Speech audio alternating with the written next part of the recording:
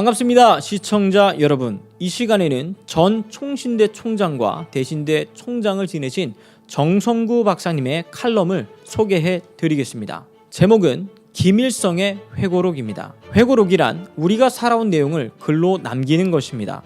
회고록은 자서전이라고도 합니다. 회고록은 주로 대통령을 지냈거나 성공한 기업인들이 많이 출판했습니다. 그런데 어떤 회고록은 그 내용 때문에 후일 송사에 시달리기도 했습니다. 또 어떤 회고록은 대박을 쳐서 엄청난 돈을 벌기도 했지요. 미국의 어느 대통령의 회고록은 약 400만 불의 떼돈을 받았다고도 합니다. 나이 늙으면 누구나 자기가 걸어온 것을 기록으로 남기고 싶어 합니다. 그런데 회고록이란 것이 자기가 직접 쓰는 것은 흔치 않습니다. 정치인, 경제인 등 유명 인사들은 녹음이나 구술, 인터뷰한 것을 회고록 전문 작가들이 그럴싸하게 만들어주는 것이 대부분이라고 합니다. 나 같은 사람은 미련하게도 벌써 15년 전에 회고록 은총의 포로란 제목으로 책을 내었습니다. 종이에다 펜으로 글 적인 것이 500여 페이지나 되었습니다.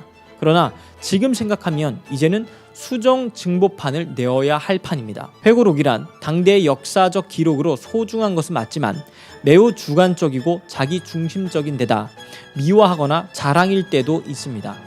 그래도 그런 것은 비하인드 스토리로서 역사 연구에 참고가 되는 것은 사실입니다.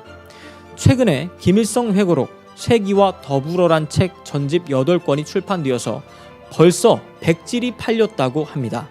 김일성은 6.25 한국 전쟁을 일으킨 전범입니다. 김일성은 가짜입니다. 김일성은 공산주의 나라를 건설한 자입니다. 그런데 그가 항일운동을 했던 김일성의 이름을 도용했던 것입니다.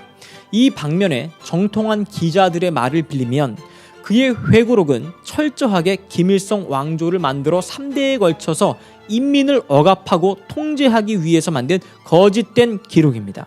이른바 종북주의 거짓 기록물이 대한민국 땅에서 인쇄되어 교보문고에서 팔고 있다니 기가 막힐 뿐입니다.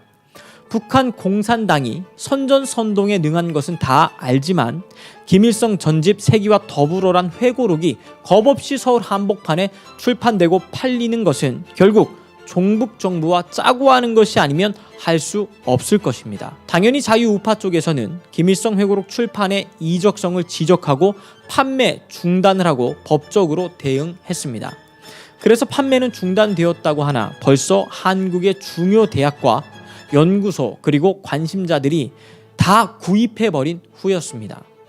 지난 4년 동안 대통령과 정부 관리들, 국회와 법조, 언론들이 좌클릭한 것은 세상이 다 알지만 이번 일도 이 정부와 지도자들의 민낯이 드러난 셈입니다. 하기는 전에도 김일성 회고록이 출판되어 법적으로 이적 출판으로 지목되었는데 정권 말기에 다시 이직거리를 했고 당국에 고발 조치되었다고 합니다. 하지만 이런 종북행위가 당국에 고발되어 봤자 소용없습니다. 검찰은 소송도 안 하고 차일피일 서류를 깔아뭉개면 그만입니다. 그 대표적 사례가 울산시장 선거의 청와대 공작 사건입니다. 1년 동안 덮어두었습니다. 그런데 더욱 한심한 것은 야당 국민의힘이 중진의원 모 국회의원이 김일성 회고록의 출판을 적극 찬성하고 나섰다는 것입니다.